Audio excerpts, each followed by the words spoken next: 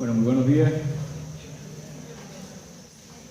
Muy agradecido por la invitación de los profesores, de la facultad, del centro de estudiantes. Bueno, cosas muy curiosas, ¿no? Cuando pensaba un profesor de la escuela de Derecho dar una charla en el auditorio de la Facultad de Farmacia, ¿no? Pero la situación del país nos ha obligado a precisamente la misión de la universidad, la búsqueda de la verdad y compartir los conocimientos. Y bueno, hacer el esfuerzo, las cátedras de Derecho Constitucional de varias escuelas de la universidad, estamos haciendo un esfuerzo de ayudar en lo que sabemos, en lo que podemos aportar.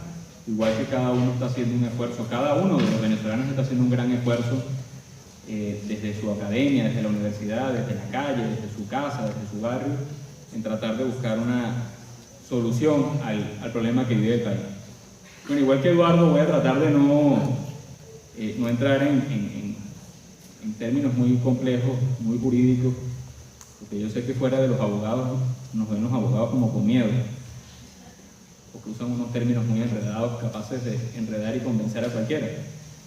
Pero la idea es explicarlo en términos sencillos y que además en las preguntas podamos abordar las inquietudes y no hacer esto un ejercicio meramente académico, sino tratar de buscar las respuestas a las cosas prácticas que estamos viviendo en los días de hoy. Bueno, de acuerdo a la programación que se hizo, en este segmento hablaríamos de cuáles son los mecanismos que tiene nuestra Constitución para reformarse. Y son tres. Nuestra Constitución habla de tres formas para su modificación o cambio. La primera es la enmienda, que está en el artículo 340. La segunda es la reforma, que está en el artículo 342. Y, por último, la Asamblea Nacional Constituyente, que está en el artículo 347. Eso forma parte de un título que es la reforma de la Constitución. Voy a mencionar cada uno de ellos brevemente, y por supuesto el tema que más nos ocupa es la Asamblea Nacional Constituyente, donde también el profesor Sánchez Falcón va a profundizar mucho más, pero vamos a ver el bosque primero para ir después a cada uno de los árboles. Bueno, la enmienda, todos estos procesos se han vivido y ahora estamos viviendo el último, pero enmienda y reforma ya hemos tenido estas iniciativas bajo esta Constitución de 1999. La enmienda está en nuestro artículo 340. Te voy a leer nada más en qué consiste la enmienda de acuerdo a nuestra Constitución. Dice: la enmienda tiene por objeto la adición o modificación de uno o varios artículos de esta Constitución sin alterar su estructura fundamental. Nosotros tuvimos durante este periodo, Hugo Chávez presentó una iniciativa de enmienda, ustedes la deben recordar, año 2009, para que el periodo presidencial pudiera ser reelecto de manera indefinida. Cosa muy curiosa, ¿no? Porque la mayoría de los países bajo formas presidenciales tienen periodos cortos con una sola reelección, como Estados Unidos, el presidente dura 4 años más 4 años. O periodos largos sin reelección, como México, usted es presidente de 6 años y no es presidente más nunca. Nuestra Constitución es muy curiosa, porque nuestra Constitución plantea 6 años, que es un periodo exageradamente largo, más reelección indefinida. Eso fue una enmienda propuesta por Hugo Chávez, fue a referendo aprobatorio y el pueblo en ese momento pues decidió que la enmienda se incorporara a la Constitución, no solo a los efectos del cargo presidencial, sino todos los cargos de elección popular. Por cierto, como les acabo de leer, una enmienda no puede afectar los principios fundamentales de la Constitución. Y cuando usted consagra un sistema en donde el presidente se puede reelegir ilimitadamente, afecta un principio que es la de los gobiernos o los mandatos alternables, la alternabilidad republicana. Eso quiebra un sistema presidencial. Es decir, esa enmienda nunca tuvo que pasar tampoco porque una enmienda no era para ese objeto. Pero bueno, ahí tenemos un ejemplo y esa enmienda está añadida a nuestra Constitución. La segunda figura es la reforma.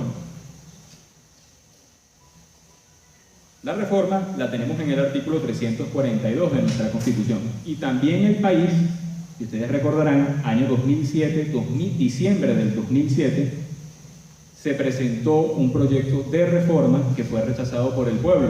¿Recuerdan ustedes? Diciembre de 2007, que es la primera elección importante nacional que pierde el presidente Hugo Chávez. Que él dijo que era una victoria pírrica. Y después los siguientes días empezó a decir que eran otras cosas, ¿no? Que no vamos a mencionar aquí por el respeto a la academia. pero escatológica, como bien dice el profesor Sánchez Falcón. Esa reforma constitucional, que involucraba mucho más artículos, fue anterior a la enmienda. Posiblemente su principal motivo era lo que estaba en la enmienda, pero tenía otra serie de cosas que después el profesor Sánchez Falcón estoy seguro que va a explicar, porque tiene que ver con esto que están haciendo hoy.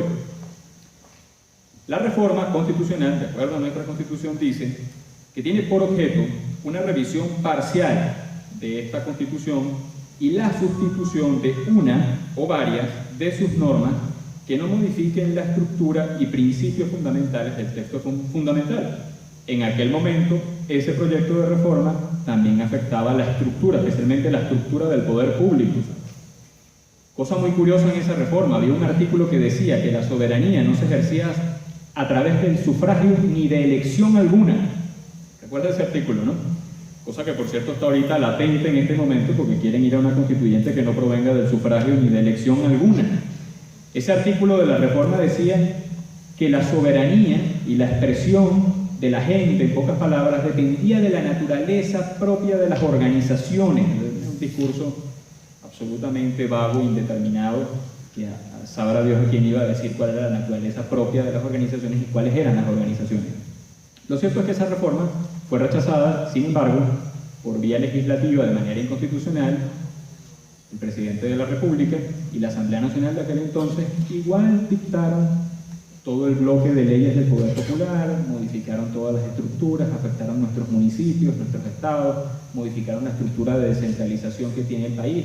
Es decir, que se empezó la construcción de una constitución paralela, que hoy, por cierto, están invocando para constitucionalizarla, pero están invocando a esas bases para construir el poder constituyente. Una cosa bastante incoherente. Es decir, el gobierno parte de que hay que constitucionalizar ese poder popular, es decir, ellos mismos aceptan que no es constitucional.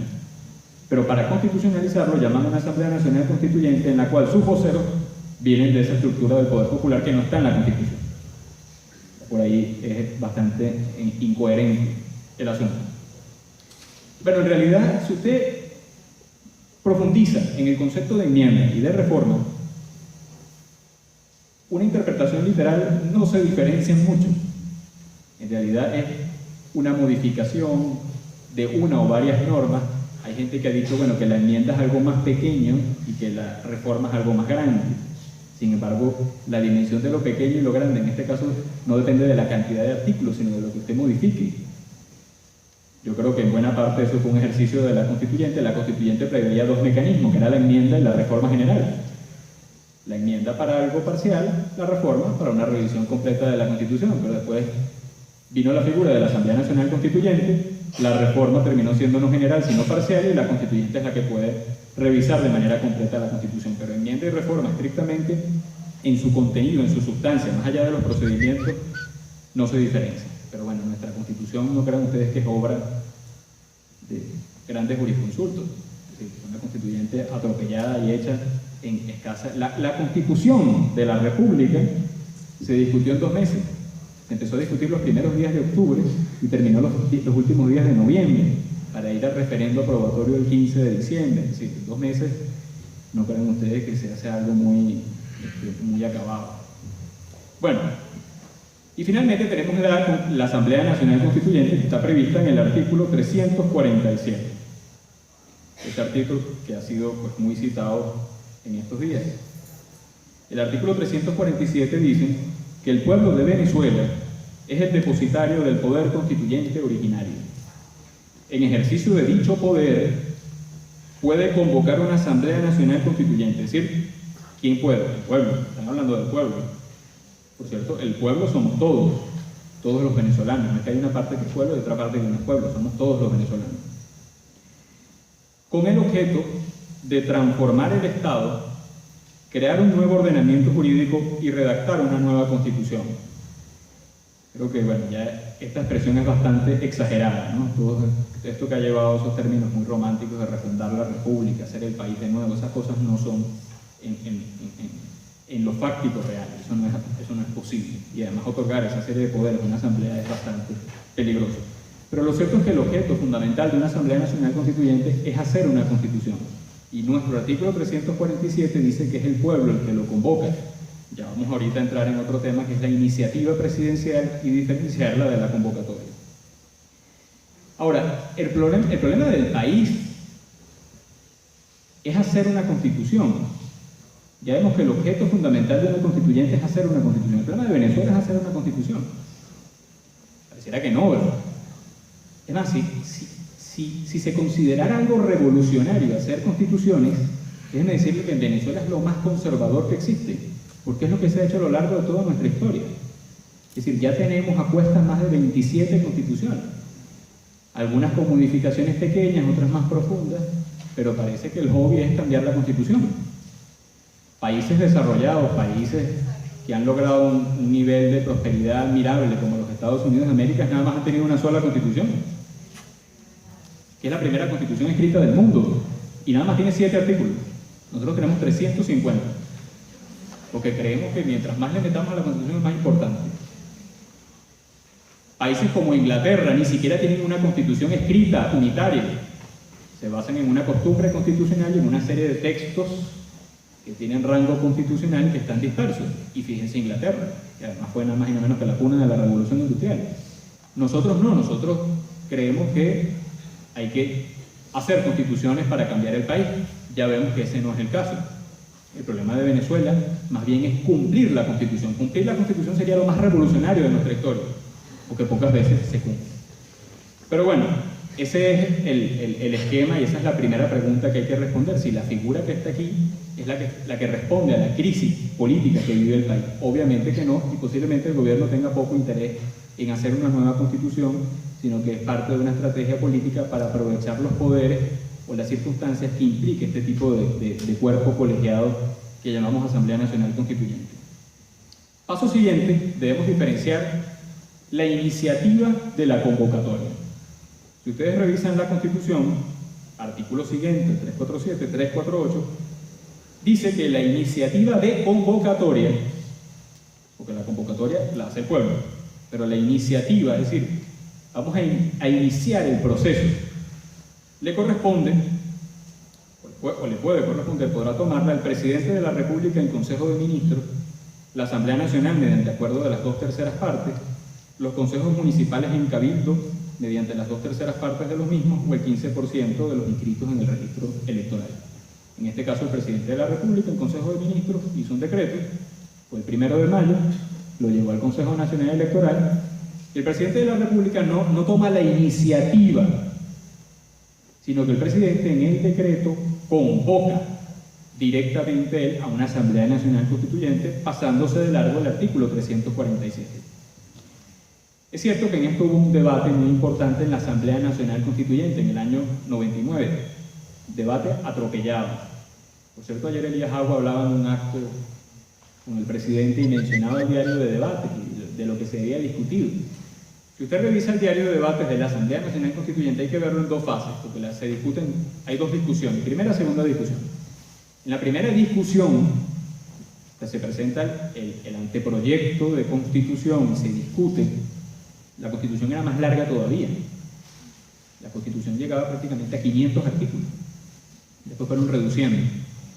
Pero en esa primera discusión habían dos artículos, 392 y 393, propuestos en su momento por el constituyente Guillermo García Ponce y reforzados por un constituyente Manuel Quijada, los dos ya hoy fallecidos.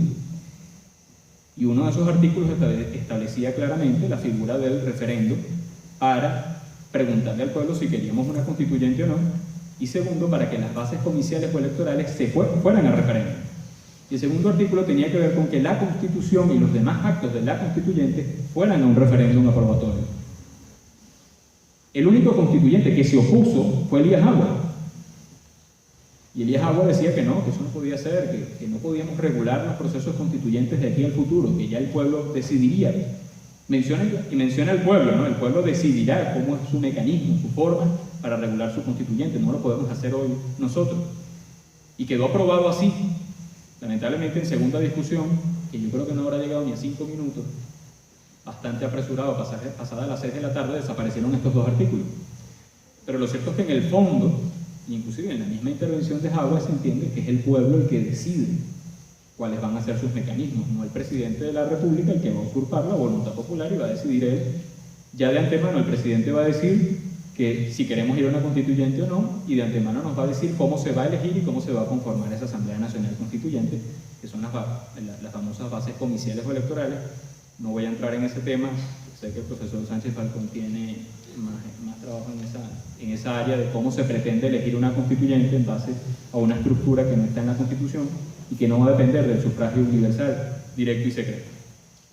Bien, punto importante que debemos recordar: la convocatoria a una Asamblea Nacional Constituyente, de acuerdo al artículo 347, nada más la hace el pueblo.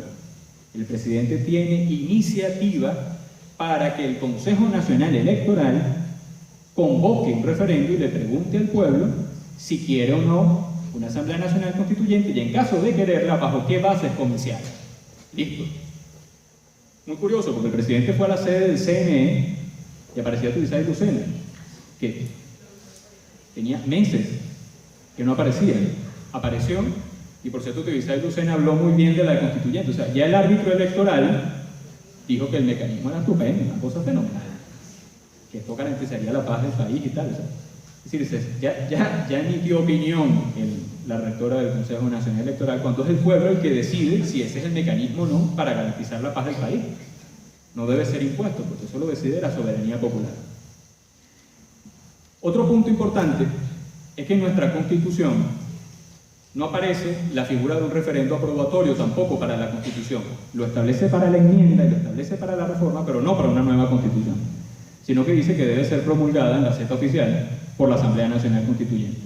Obviamente que una interpretación completa de nuestra Constitución, integral de nuestra Constitución, y además con los antecedentes que dieron cabida a esta Constitución, es obligatorio, es necesario un referendo donde la gente diga si quiere o no la Constitución. Es decir, el hecho de que no esté ahí expresamente no significa que nos podamos burlar ese paso. Sería absolutamente incoherente y quebraría el corazón de nuestra Constitución, que es la soberanía popular, reside en la gente, porque en dado caso entonces esto no es sería una Constitución de estilo dictatorial, y no es así. La soberanía popular es el corazón que bombea todos nuestros artículos constitucionales y todos los actos del poder público, porque todo poder proviene del pueblo, de la soberanía popular. Bueno, estos son algunos, vamos a llamarlo tips o puntos jurídicos, que por supuesto se mezclan con aspectos políticos, con aspectos sociológicos. Yo creo muy particular, el problema del país no se va a resolver con una nueva Constitución, como ya mencionamos al comienzo del foro. Y precisamente, ni siquiera en malos términos como se está haciendo, o en buenos términos. Una Asamblea Nacional Constituyente que se dedique a hacer una Constitución no precisamente produce buenos resultados. Entre otras cosas porque políticamente, cuando se convoca una constituyente, y ustedes lo verán desde el punto de vista electoral, tal cual como pasó en el año 99, los constituyentes que hacen campaña, naturalmente, ¿por qué hacen campaña? ¿Será que le dicen a sus electores, mira, es que vamos a modificar la sala constitucional y no vamos a colocar una sala constitucional, sino un tribunal constitucional fuera de la Corte Suprema, porque tenemos ejemplos en España? ¿Quién se va a ir a Caucagua por el circuito de Barlovento a hablar de eso? Nadie, ¿verdad? Es difícil. Y normalmente los constituyentes lo que hacen en campaña son por los derechos sociales.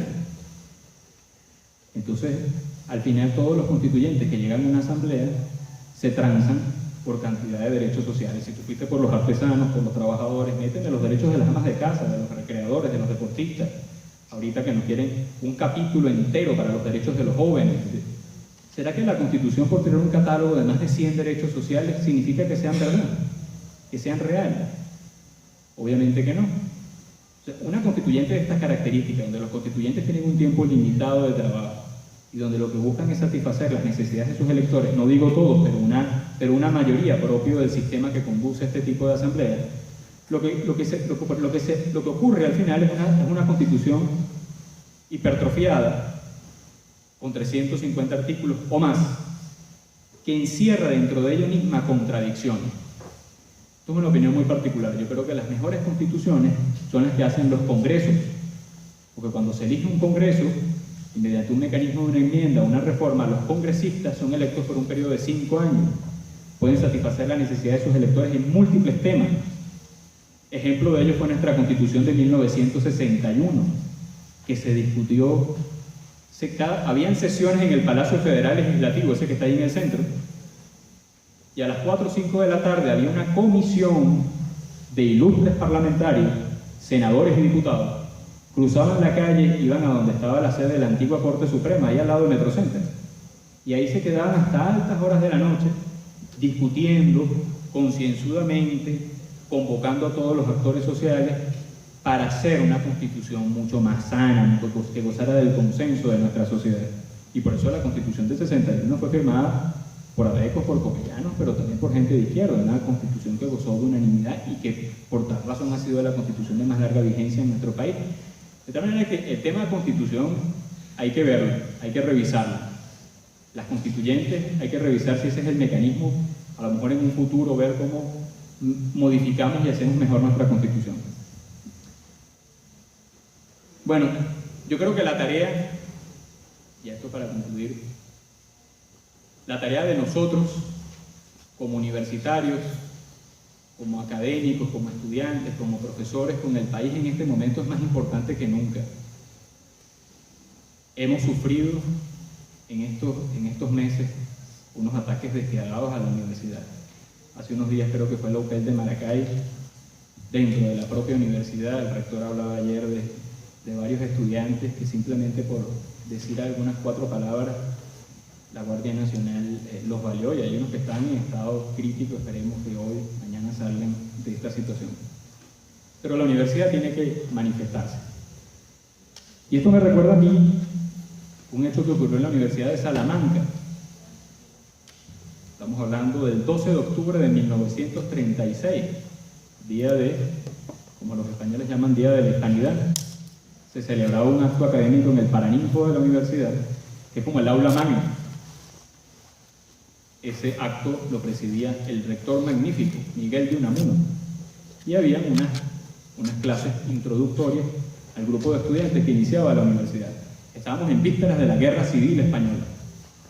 Y en una de esas intervenciones, por supuesto en defensa de la universidad, de la intelectualidad, de la razón, entró un militar, un general africanista, José Millán Astral, y en medio del alboroto que se armó, lo que se recuerdan son las palabras de este general, que en pleno saboteo del acto académico gritó: ¡viva la muerte y muera la inteligencia! Por supuesto que el rector de la universidad tomó la palabra, se paró en el Paraninfo, que es un espacio como este, y le dijo: está usted en el templo de la inteligencia y yo soy su sumo sacerdote.